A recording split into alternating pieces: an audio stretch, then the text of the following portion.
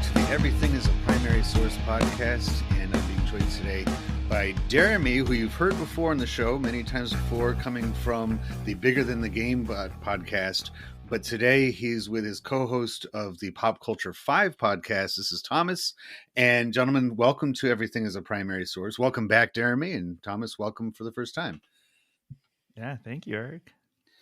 So we were talking before we hit record about your new podcast, and I know Jeremy, we met because we did one about sports through, that's how we connected. But you met Thomas because you have another podcast about SNL.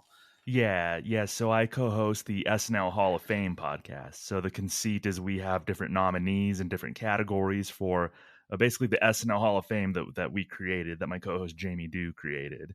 So I lead the conversations for that. Jeremy reached out. He was a listener. He's a fan of SNL, and he reached out with an idea about a potential episode, which ended up being Dick Ebersol. So we did an episode on Dick Ebersol. Jeremy was my guest. He was great. Jeremy's an awesome podcaster.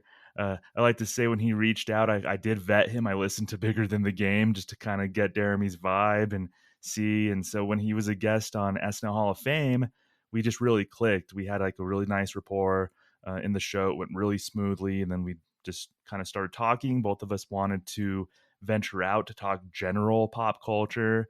So we decided, the wheels started kind of getting in motion. We brainstorming, and then Pop Culture 5 happened. We found the way in, essentially, to talk about the pop culture that we love. It's a delightful show, and I like the game show style aspect to it, of Pop Culture 5, of being able to, as a listener, trying to see where you line up with the two hosts and your selections of things. And I encourage everybody to listen to that one. And I think that the SNL show is, you tell me, this might actually come up with what we're talking about today. So our topic for today is This is Spinal Tap. And the stars of this movie were on the 84-85 season. They had a 1-year contract on SNL. And sometimes people think that the Harry Shearer, Christopher Guest, Michael McKean, Billy Crystal years are not necessarily the highest point for SNL. Would you agree with that? Or do you think there's some hidden gems in that era? I think that's a good season. Actually, that was the final Dick Ebersol season. Martin Short was part of that cast as well. You had Jim Belushi, who I think is kind of an underrated SNL cast member. I think Jim Belushi, not John Belushi, Jim Belushi did a lot of really good stuff on SNL.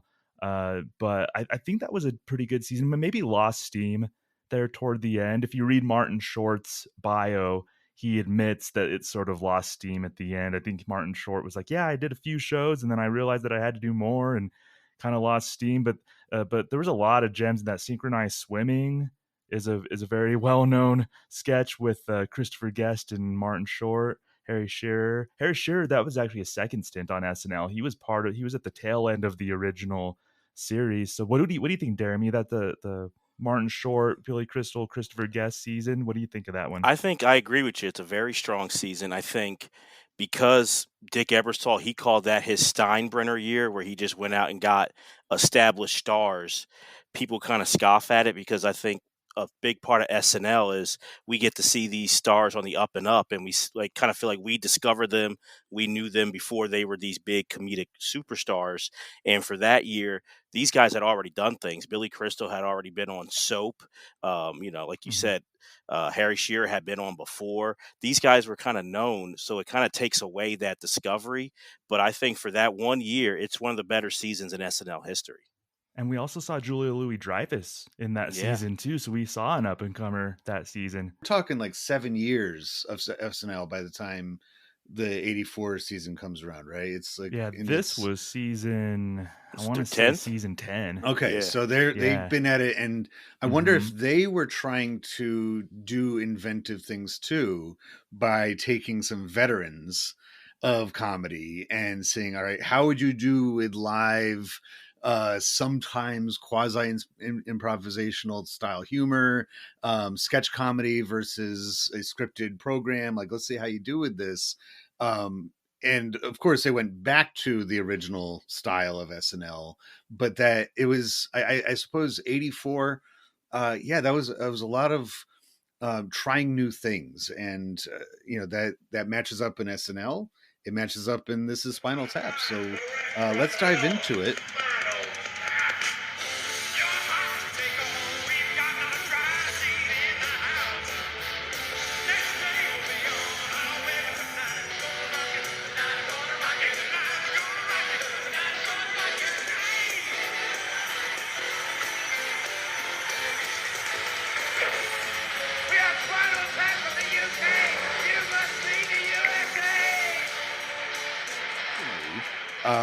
They were going to make it a scripted movie, but getting not even starting filming it, they said we can't do that.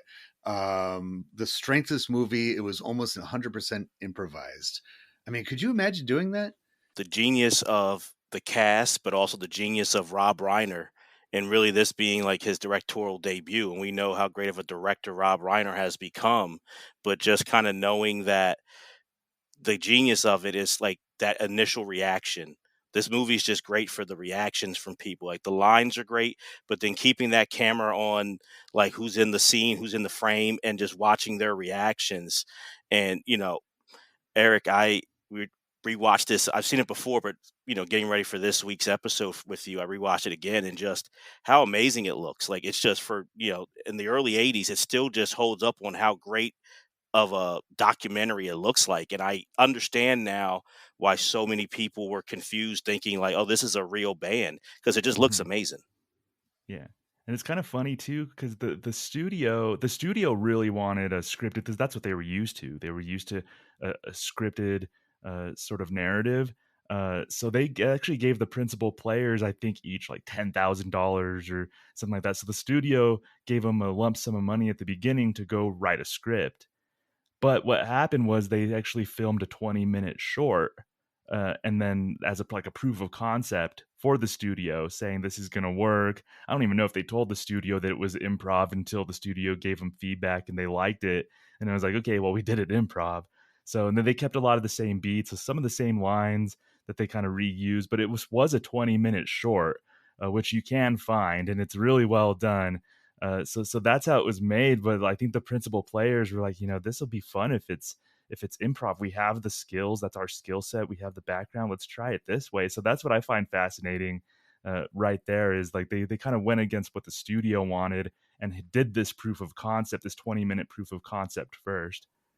It's very fitting, I think, for the era because there was a lot of DIY going on back then. A lot of younger creators, creative types saying, I want to try things my own way. I'm going to do things my own way.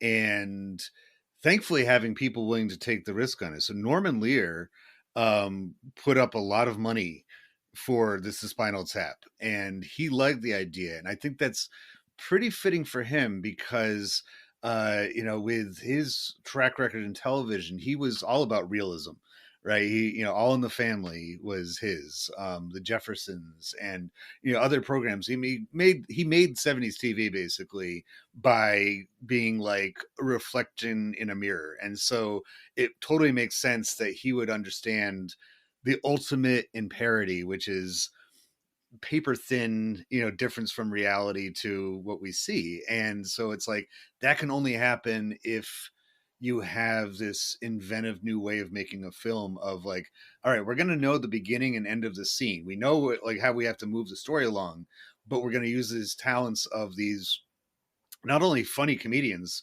but talented musicians to, and then go ahead to have fun, play a game. And so I understand they made something like hundreds of hours Oh of yeah. recordings just Yeah. so they could piece together some kind of story to it.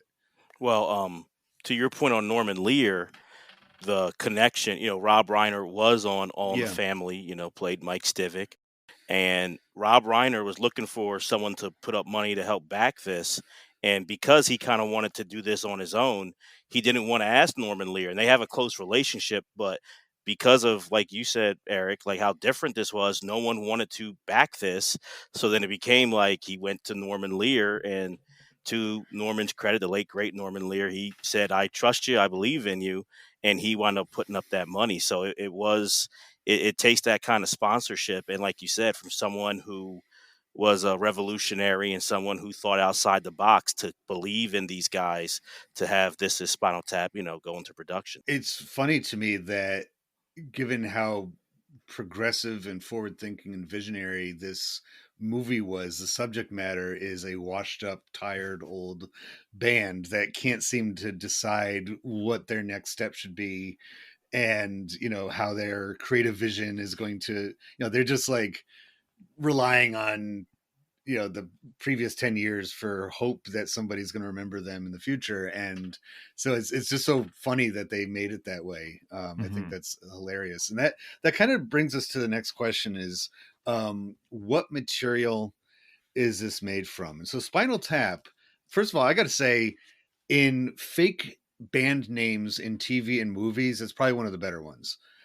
Like you one time sometimes watch TV shows and they're like, yeah, my friends are playing tonight, what's their band name? Like, oh, they're the hairy armpits, or like ridiculous names that nobody could possibly, but like Spinal Tap sounds like a legit band.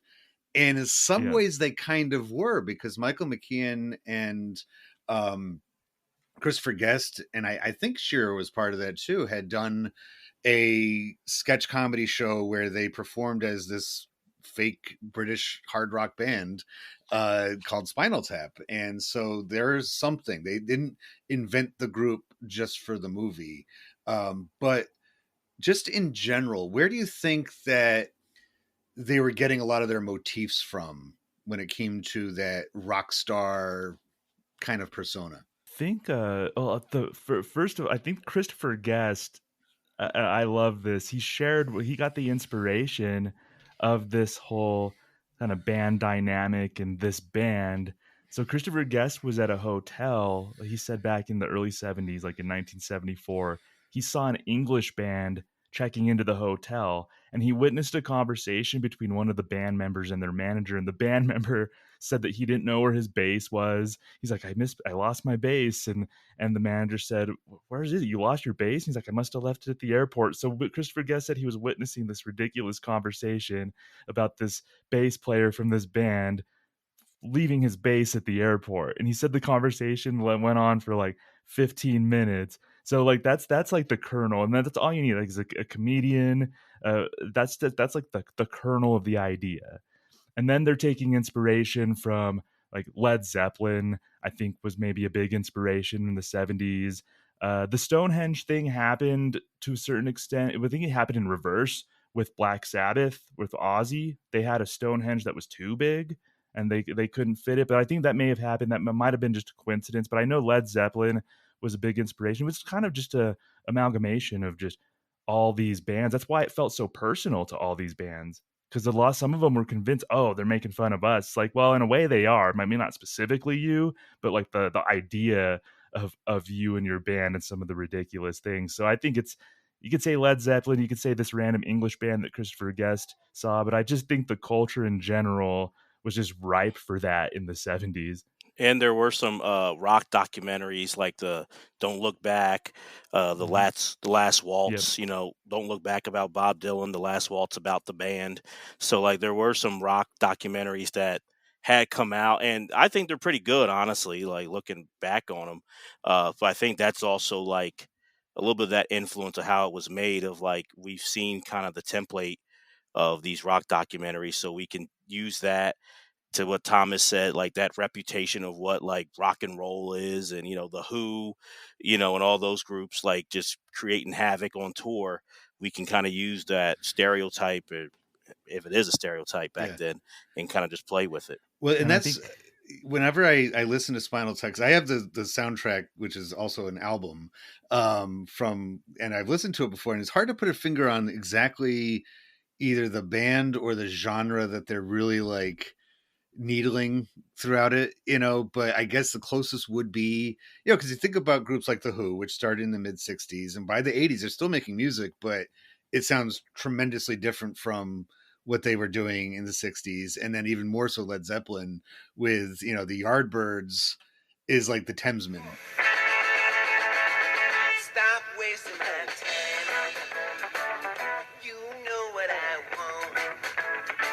And then they change their name, Led Zeppelin, Spinal Tap, and they turn it into a hard rock group. And this is almost as if, that, like you said, that culture is extending into a time that's really not welcoming to them. Early Right. 80s is not really the best time for these kinds because they're not quite hair metal bands. Like it's not quite that glamour rock of Poison and those kind of groups. They're just, hard rockers from the 70s that never adjusted to the changing times. Yeah, I always saw them as a like Black Sabbath almost, but then we were saying at the beginning of this podcast, like, oh, there was the band was trying to figure out where they were going to go next. I think the marketplace was figuring out for them where they were going to go next. Like, it was this band that was stuck in the 70s, and probably we're in what 83, 84, and this movie's happening in real time. So this movie is supposed to be happening in like 83, 84, Yeah. It's the and 82 fall tour. That's okay, it's the 82 yeah. fall tour. Yeah, so Yeah. music's like already changing. This think about like 82. Like what's the biggest album of 82? Like Thriller came out in 82, right? So that like the like music's kind of shifting that You know, way away from the MTV old came out in crusty '81. MTV. Yeah, so music's kind of shifting away from kind of the old hard rock, Black Sabbathy type bands. Even Ozzy is incorporating little different elements starting in the 80s. So the marketplace is deciding for this band that you're going to be left behind because the music culture is changing and they just don't know how to adjust to that. And that's Mhm. ripe for comedy It right is. there. It's perfect. And there's even more to like the Cars, like those new wave acts were really starting to pick up, and the scene late in Spinal Tap where they play at the Air Force Base. I think, and first of all, I grew up in an Air Force base. We did go to things like that. They would have once a month or so, like they design, like we'd go to a hangar and they would have live music and dancing, and it was just like a R&R type thing. But the base that I grew up on, I didn't know this until just recently, but the group The Cars, because they're from Boston and we're just north of Boston, they played their very first concert at Pease Air Force Base in Portsmouth, New Hampshire, at one of those kinds of things. No So I'm kind of kidding. curious, and that was like 1978 and 79. So I wouldn't be surprised if that also is why it wasn't like an original idea of playing Air Force Base, for this band. That's like Yeah. one of the funniest parts of that movie is when Yeah. the box that he has for his guitar starts getting scrambled up.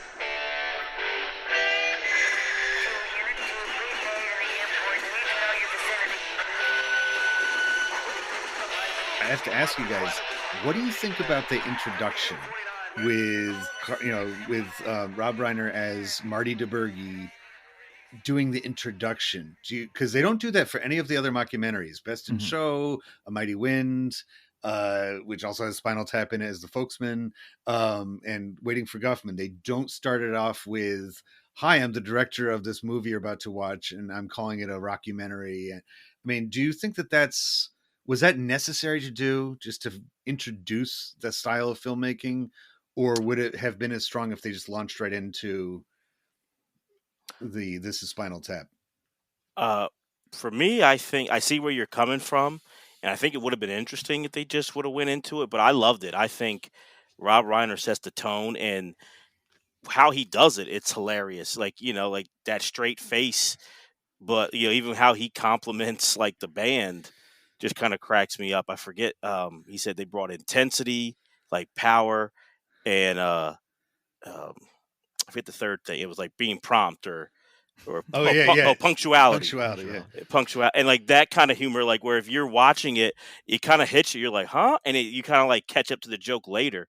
I just think the way he did it nailed it. And I feel like for that particular, I see like for the future, you couldn't do that a lot. But for that movie and for this being so inventive, I think it was necessary to kind of set the tone of this is what this movie's going to be like. And I think they had there was a luxury that they had that the actual director of This Is Spinal Tap was a good performer, and he could pull that off.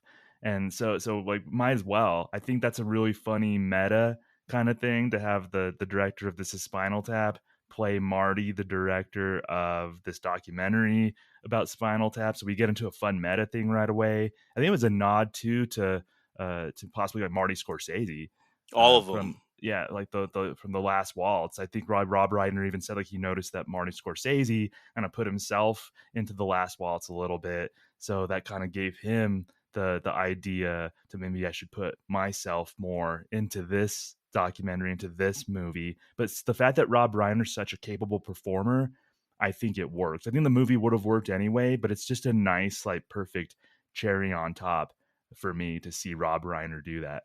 And his name is an homage to because Marty Scorsese and then Berg, like Steven Spielberg, Brian De Yeah. Palma. So like it's kind of like all those great directors who kind of put their names together. In a way, I guess it makes it for like the crossroads of comedy and filmmaking and all that stuff being marked with that moment in that film, because you have, like you just said, that whole crew of the new Hollywood directors from the late 60s, early 70s, of the Scorseses and De Palmas and Spielberg and Lucas, and even Mel Brooks is sometimes put into that category. And of course, his work with Carl Reiner, Rob's son, it's like, and then that, and Rob is kind of like the extension of that into this new era. And so he's bringing with him, by name, Marty DeBurgi. And now we'll never have to do this again, but I'm just kind of trying to connect time periods where this is the crossroads. This is how comedy is going to be, or at least this will be another option for comedy going forward. That if you want to tell a story, because there have been other mockumentaries. There's one called Drop Dead Gorgeous that was, in my opinion, drop dead awful. It broke all those rules. Like, they immediately just threw out, like, getting shots of things that crew wouldn't have access to, multiple angles. Anyway, it was just bad. But it was like, now here's an option. If you want to tell a satirical parody story, but you don't want it to be obviously a comedy with a laugh track in a TV show, or having, total over the top, slapsticky type stuff, make it like a documentary. People are familiar with these now. I think it's rewarding as a comedy fan and viewer if I see a subtle piece of comedy, and mockumentaries lend themselves to being subtle. So you have to really pay attention. Like with This Is Spinal Tap, probably maybe arguably my favorite comedy of all time. But it's one where you can't sit on your phone and scroll Twitter and do all kinds, like, you really need to pay attention to the jokes, and mockumentary style lends itself, it's very rewarding in that sense. Like you watch it again. I watch episodes of The Office and I pick up on little nuances of delivery, because they have to, because in a mockumentary the people on screen aren't supposed to be quote unquote performers. They're not really supposed to be performing. They're just supposed to be depicting real people. So you can't overplay it in a mockumentary. So I like that about it. I like that reward as a comedy fan, that I picked up on this joke. I picked up on Nigel and David forming a band called The Originals, but then there was another band called The Originals, so they had to change their name to The New Originals. Like, they kind of just play through it. Nigel and David aren't performers. They're just telling a real story that happened to them, but it's a funny story. So as a viewer, I have to really pay attention, but having to pay that much attention and getting the subtle jokes is that much more rewarding. That's a big reason why I love mockumentaries, and specifically how Christopher Guest does mockumentaries, to your point. It's especially knowing that they're improvising the whole thing, Mm-hmm. and you can watch them, and it's like, just split second reaction time from them, like when they're talking about later on, like, oh, that project we always wanted to work on about Jack the Ripper. Do you remember what we were? Do you remember that project? At the Luton Palace, we were talking about a rock musical based on the life of Jack the Ripper. Yeah, right. Saucy Jack. Saucy Jack. Now is the time to do that. You're a naughty one. Saucy Jack, you're a haughty one. Saucy Jack. Right. It's a freeing up, isn't it? It's all... And then they start writing a song. I'm like, I think they just, how quick-witted all of those actors were, that they were able just to bounce back and forth, and, like you said, create that whole story early in the film about the New Originals, and then they called themselves the Regulars, and it's so, it's like you said, rewarding, and also just like a marvel to watch how good they are at that kind of thing. In the shows, you have to have that improv background. You have to be able to always say yes, always go on with the story. Like, even like if you're a great stand-up, you couldn't really do that in this movie because it's working with others, but always just all right. I throw out something crazy, and Eric, you got to match it, and then Thomas, you got to match that. Like, if you don't have that background, and especially and be great at it, it's really hard to pull this kind of movie off. Yeah, you look at the people who Christopher Guest chooses, or the main people who he liked to work with after this, Jeremy. You're right. They all had improv backgrounds. They all had sketch backgrounds. Like in Best in Show, Eugene Levy, Catherine O'Hara, Jennifer Coolidge, Jane Lynch, all those people. Michael McKean was brought back for Best in Show. Like everybody in this movie basically was vetted by Christopher Guest as being comfortable with improv and sketch and things of that nature. So it's about choosing the right people to do this too. You can't just pull in anybody and say, "Hey, let's come do some improv." Like somebody might be good at it. I might ask Brad Pitt to come do improv and he might be good at it, but Christopher Guest and Rob Reiner and those people, they know the stable of folks that they trust. So you got to get good people with those types of backgrounds to do this type of work, and you're going to get magic a lot of times when you get the right people. And there was a training ground for all of this in the years leading up to This Is Spinal Tap. You had the Groundlings out in LA, you had Second City, you had a lot of these improv groups in college campuses and just springing up everywhere, where you're right, there are some people who can do stand up and improv, but then there's plenty who can't do both. It's like that's like improv, that working off of each other, being like, you have such a wealth of knowledge, you have such a wealth of characters that you could just be tossed a prop and just go with it and create a whole story right there and then. These kinds of films, and Spinal Tapping, the first one, is just like it's just the result of all these years of training that and practice that these people had. And I think we covered, actually, one of the things I wanted to talk about was the maker's role and status in society, but we already kind of did that already with at least Rob Reiner. And let's talk just briefly about some of the other people in there. We have Michael McKean, who had become part of America's Households with Laverne and Shirley, and had done some sketch comedy things, and Harry Shearer, who just was kind of present but never really in the forefront of a lot of things. He's even in Star Wars. He provides a voice of at least a voice, if he's not one of the guys that goes on to the Millennium Falcon to scan when it's in the Death Star. Like, that's him.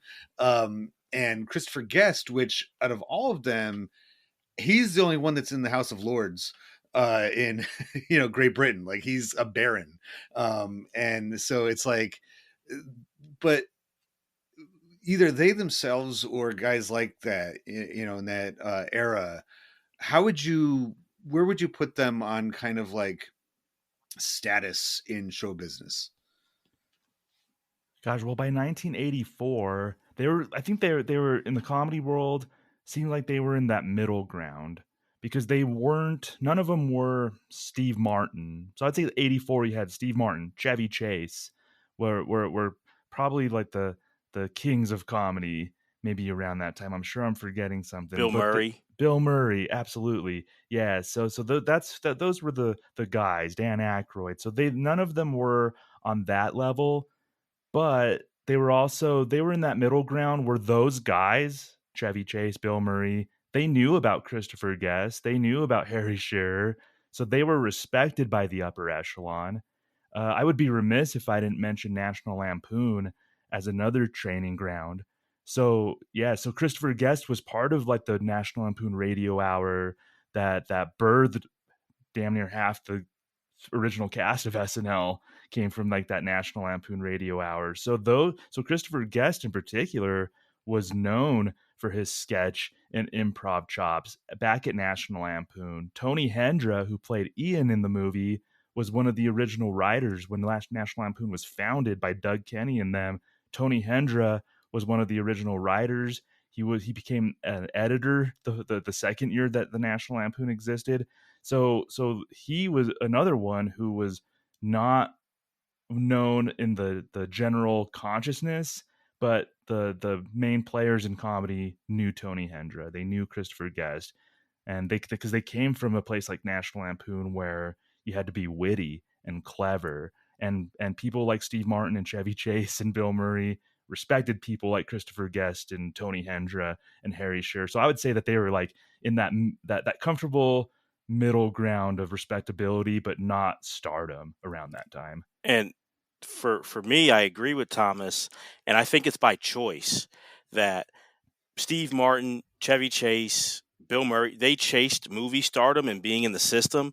Christopher Guest, Harry Shearer, Michael McKean, they didn't want to really be in the machine. They loved to perform and create, but they wanted to, like Thomas said earlier, work with who they wanted to work with and didn't want the studio Hollywood types kind of interfering. They wanted their freedom to create, and they weren't really about getting the dollars box office wise or being like the highest paid actor, because like it's not because of talent that these guys weren't with Bill Murray and Chevy Chase. Like they could have been there. They just chose to go a different way. And even especially Harry Shearer kind of already had reputations of being quote unquote difficult. And Yeah. some may say it's warranted, some not, but like they kind of wanted to do it their own way. Witnesses at the new birth of Spinal Tap Mark II.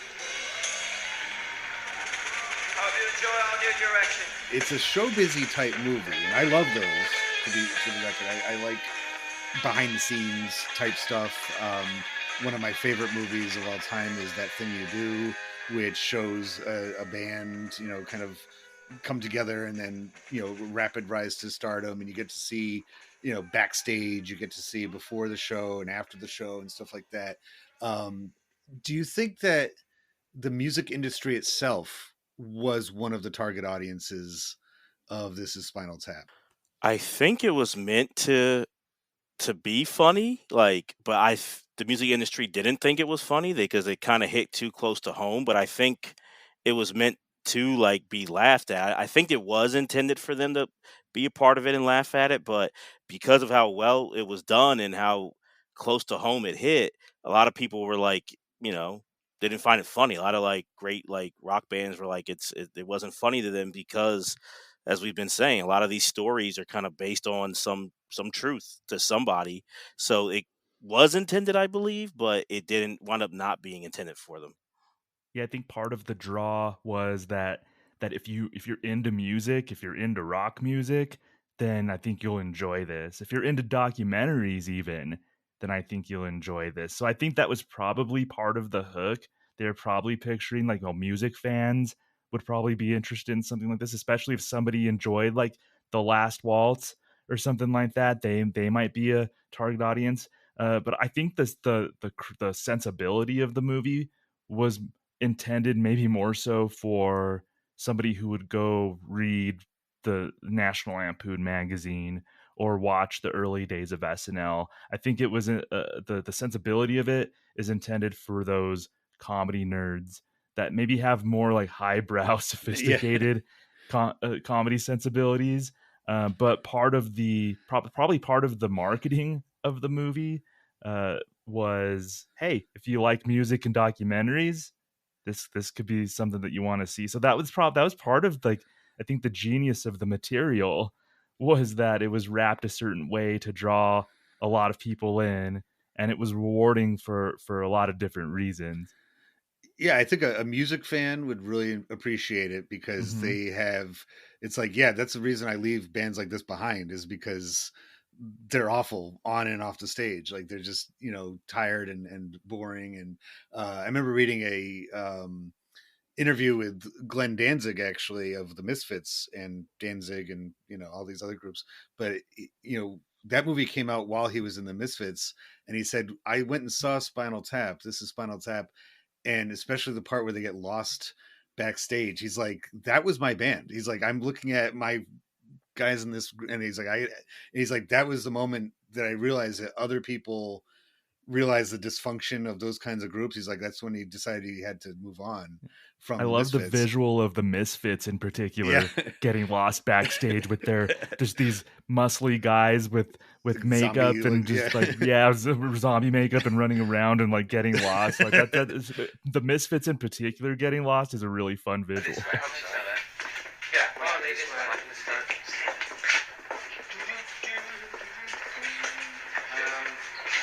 Wait, this looks familiar though. Listen, it really does. Viewers of it, and you also kind of see in that the part with Paul Schaefer shows up as the promoter, the marketing guy for Polymer, which I love the name of that record company, dentures. um they go to this record store and there's nobody in the record store, not just because Spinal Tap is there and they're trying to avoid them, but because that kind of like independent record store was really under threat in the early 80s. The bigger mall record stores, they even mention early in the film Sears and Kmart refused to carry your records. Like I remember my brother buying tapes and stuff from Sears. Like they still had, it was very, those places were catering to the casual music fan, and the real music fans, the very people who are loving every bit of this movie because it's so funny, are also the ones who would be going to a record store that, as this film shows in 1982, 83, is not very well attended anymore. No, that's a good point because in the 70s, especially the late 70s,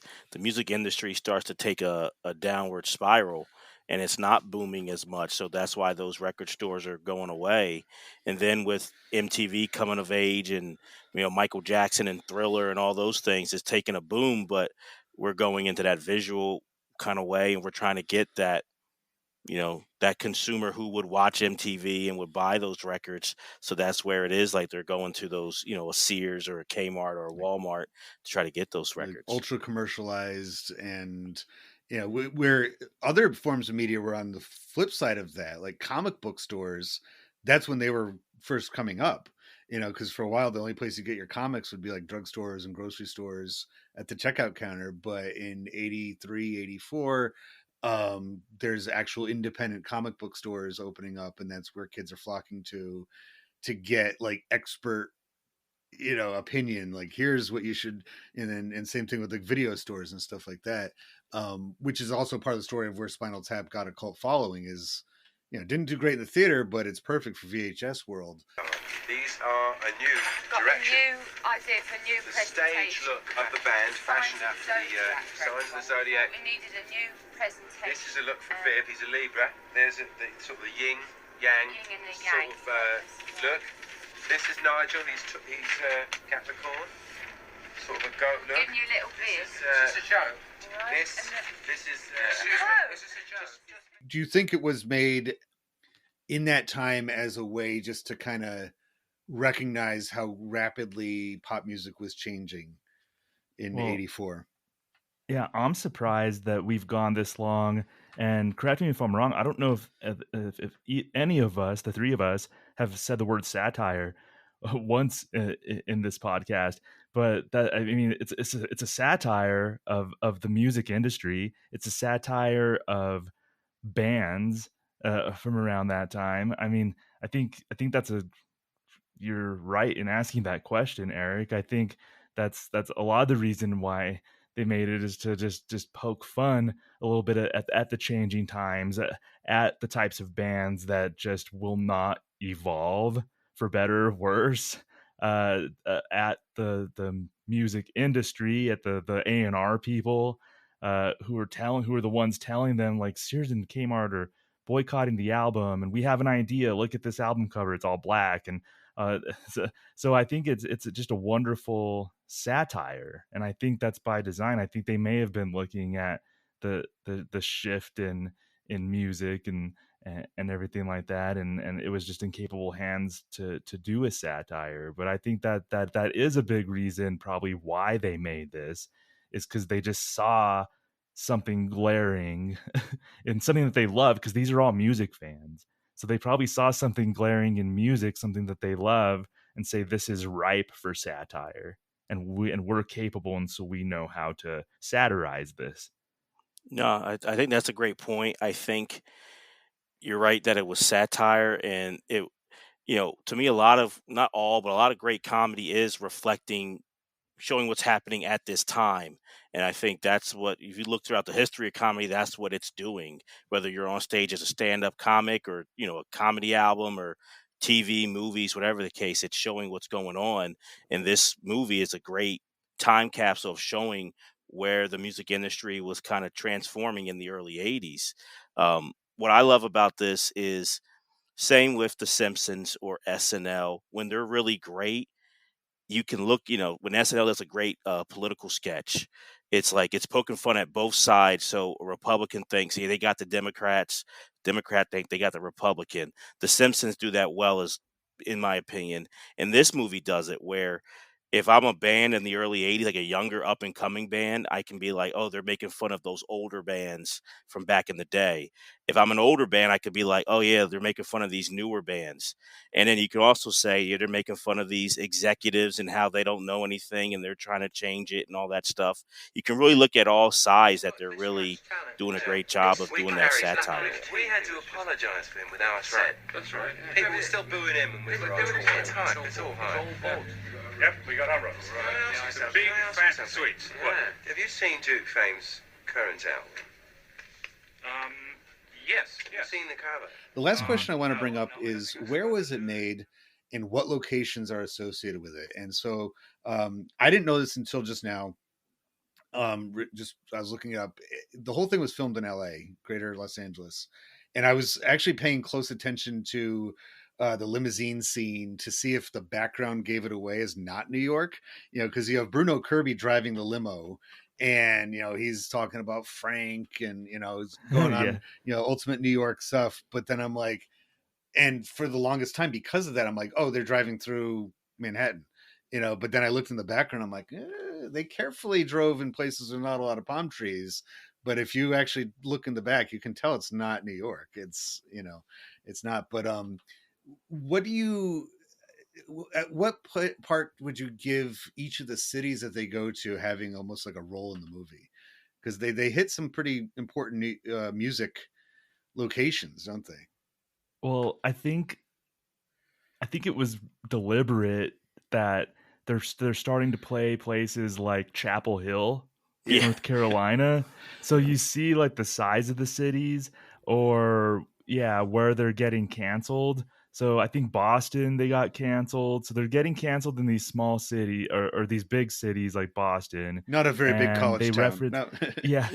And then they reference a gig in Chapel Hill, North Carolina, which is this college town in North Carolina. Cleveland, of course, everybody remembers Cleveland in this movie because that's where they got lost backstage. So I think if you're charting like where they're playing and where they are on their tour is charting, you're kind of charting their downfall, and what city they're in at the time is sort of like a good visual that you have of watching this band's downfall in this tour. Yeah, so I think the different locations, even though it's all LA, Yeah. I think them saying Cleveland, Boston, Chapel Hill, I think it's a fun thing. Like, you as a viewer, like, we're following this band on their tour, so we know in Cleveland that this happens. We know in Boston this happens. I think that's a fun aspect of the movie. And they packed the house in New York and Philadelphia in Yeah, the first Philly two came out. stops. Yeah. But then after that, you're right. It's like they end up playing some amusement park at one point. Um, Jeremy, what do you make of the choices of cities? I mean, you're probably happy that Philadelphia was represented so Of course, well. always, Is Fidelity Hall, is that a real place, or was it a real Not place? that I know of. Definitely not now. Yeah. I'm thinking about Rob Reiner at the beginning. You don't look it up now. It's not there anymore. Yeah. So I'm like, Electric Banana. Yeah. yeah. So I'm like, definitely not now. But I don't remember hearing a Fidelity Hall ever. So I don't think so. But I I I agree. It's a great point by Thomas about like tracking the downfall. I also think a little bit homage to like the history. Like, we know Cleveland, the Rock and Roll Hall of Fame, winds up being there. And then their visit to, even though it's not really Graceland, but that, they're visiting Graceland and they're at Elvis's gravesite. And I think it's also like paying tribute to like the history of rock, where they're going, and like these are cities and names that stick out with the history at the time. So I feel like that's also what they're doing. The ending of the film, where they find out, by Nigel Tufnell, who comes back after leaving, a few scenes before at the Air Force Base, that they're number 5, they're charting number 5 in Japan. And then the film ends with them with a packed house in Tokyo at Kobe Hall. And they're, and it's, I think, says a lot about the era before music really got globalized. Where we are now, where there's K-pop groups that are just as popular in America as they are in Korea. There's musicians, and American musicians have long held status around the world, but we're starting to hear more and more groups out of parts of the world that we wouldn't normally. But in those days, in the 80s, and especially Japan, was like the go-to like country that was really fast forwarding their pop culture. Like they were, really gravitating towards the United States and starting to make bonds with the United States through popular culture and stuff like that. I think. Do you think if the movie had been made in another era, they would have chosen a different country besides Japan to say, "Hey, we're not famous anymore here, but now we're doing something in Japan"? I think it might have been a more obscure country. It might have been a smaller country because back then, to your point, like culture just moved slower. I think just globally. So Spinal Tap would have maybe been popular in Japan when they were popular in the United States. It wouldn't have taken culture to move. It wouldn't have taken culture that long to move from the United States to Japan. Actually, Quentin Tarantino kind of depicts this in Once Upon a Time in Hollywood, that where Rick Dalton goes and has a good career making westerns in Italy because westerns became out of fashion in the United States, but apparently they became popular in Italy. So Rick Dalton went and made movies and had a successful career. And that was in the late 60s, or that was in the late 60s, 69 when that happened. So I think, yeah, back then culture did move slowly. So I think now it would have been some obscure small country if they'd even decided to go that route at all, because yeah, it's just what's popular here is popular in Japan. K-pop, you're right, it's popular here. So it's just about how fast culture moves now compared to 40 years ago. It's a good point. My favorite, like I said before, one of my favorite episodes of Simpsons is when Spinal Tap, shows up on it, and you see them being interviewed. Bill and Marty here, and we're backstage rapping with a tap. Fellas, I'm gonna hit you with a phrase that has dogged you throughout your career. Washed up. Yet here you are among the top 105 concert acts today. What's your secret, guys? Well, after the Berlin Wall fell, our records started selling on the dismal side of the Iron Curtain, and naturally that gave us a boost. We're very big in Bulgaria, and what's his name, Yadagaria, Hungary, yeah, whatever. I can't think of anyone who's benefited more from the death of communism than us. Well, maybe the people who actually live in the communist countries. Oh yeah, I hadn't thought of that. I bet you're right. Yeah, on the other hand, each of us just bought our own soccer team. How many Hungarians can say that, eh? Because that's the one beautiful thing about the band Spinal Tap, is that they've never gone away. It's like they kind of existed before this film, but then absolutely afterwards, they keep showing up. They've done tours as Spinal Tap, performances, and even more brilliant, opened by the Folksmen, which is also them. They go on stage, play folk music for a while, and in the audience obviously is all comedy fans. It's not, actual rock and roll fans like what, but then they do Spinal Tap, but they keep showing up. In the early 90s they had, and that's when they were on The Simpsons, they had a new album, and Break Like the Wind, and I remember seeing them as their characters improvising and like looking at modern records, and they're like, "What is this one? Metallica?" And like, it was Metallica. They, they're like, "What is this?" And they're just like and when you watch the DVD of it, and they do commentary as them, it's like they still got it. They know exactly what's going on, and so the band. I hope, and we can end with this. I hope they are actually making a sequel right now. I think it'd be brilliant, and they're gonna.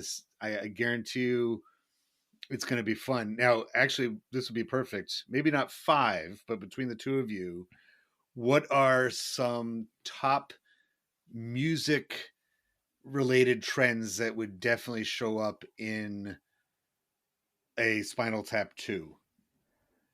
I would say auto tune maybe. Okay. Yeah. They can maybe incorporate something with auto tune, and they're confused by it, or they're really lean into it. So something like that could be fun. I think streaming. So like they're streaming like kind of what we just talked about. Like they're top in some obscure country. Like they're streaming on Spotify, some random country. Their number 85, but they're kind of banking on that. So I feel like the streaming age, they'll kind of talk about that a little bit as well. I that's interesting. That's a good question though, Eric. Yeah, Yeah, or what there things might they be a will scene incorporate. where they say like, "Oh, well, Derek dabbled into hip hop in the early to mid '90s," and then they do maybe flashback of Yeah. Derek like trying his hand at hip hop or something. I don't know. There's like so much has happened since 1984 in music that they could incorporate. That like it's going to be a maybe part catch up session Yeah. with the group, so that'll be fun. I kind of know, like I've read from what I've read about the premise of the sequel, it seems really interesting. Like Ian passed away, so his widow apparently has the contract that stipulates that Spinal Tap owes them one more show. So I think that's the premise behind it, and that sounds so fun. Like I'm It excited. does. Like I usually like I'll go into it with an open mind. And I don't think, if it's not good, it's not going to ruin the first one. I didn't like the Coming to America sequel, but I still like the original. So I'm just excited that they're wanting to do this, and I think it's capable hands is what I'll say. So the prospect of this is exciting to me. You like this? It's very nice. It looks like Halloween. This is my exact inner structure done in a t-shirt. Exactly medically accurate. See? So in other words, if we were to take all your flesh and blood and Take them off. you'd see exactly. This is what you'd It wouldn't see. be green though. It is green. You know, see how your blood looks blue? Yeah. Well, that's just the vein. I mean, the color of the vein. I mean, the blood is actually red. Oh, well, maybe it's not green then. I don't know. Anyway, this is what we sleep in sometimes. Yeah. Well, I can't say enough for you guys. Thank you for taking the time to talk Spinal Tap, rapping with the tap, as they say in The Simpsons. And of course, you can find the program of Pop Culture Fives, excuse me, everywhere that you get your podcasts. Right. I'm going to be airing this episode pretty soon because the 40th anniversary of Spinal Tap is like tomorrow. So, what's the next episode of your collaboration podcast all about? Are you willing to give it away? Yeah, we have so this week we have upcoming we have something that we kind of came up with called a pop culture blind spot. And we did one a few weeks ago. My blind spot was Radiohead, and Thomas is a big Radiohead fan, so he kind of gave 5 songs for me to listen to, kind of like some homework, and then came back and was able to tell him how I felt about the group and all that stuff. So this week we have coming up a blind spot, but we went to TV. Thomas had never seen The Big Bang Theory, and I'm a big Big Bang Theory fan, so he listened. He watched and kind of came back to me with what he thinks about the show. He met Kaylee Cuoco, but never watched the show, so that's.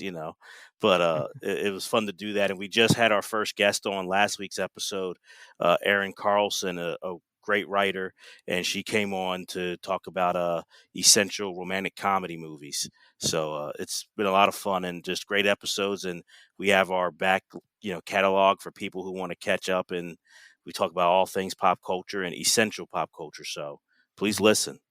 And to show how eclectic we are, we also have upcoming 5 essential Metallica songs.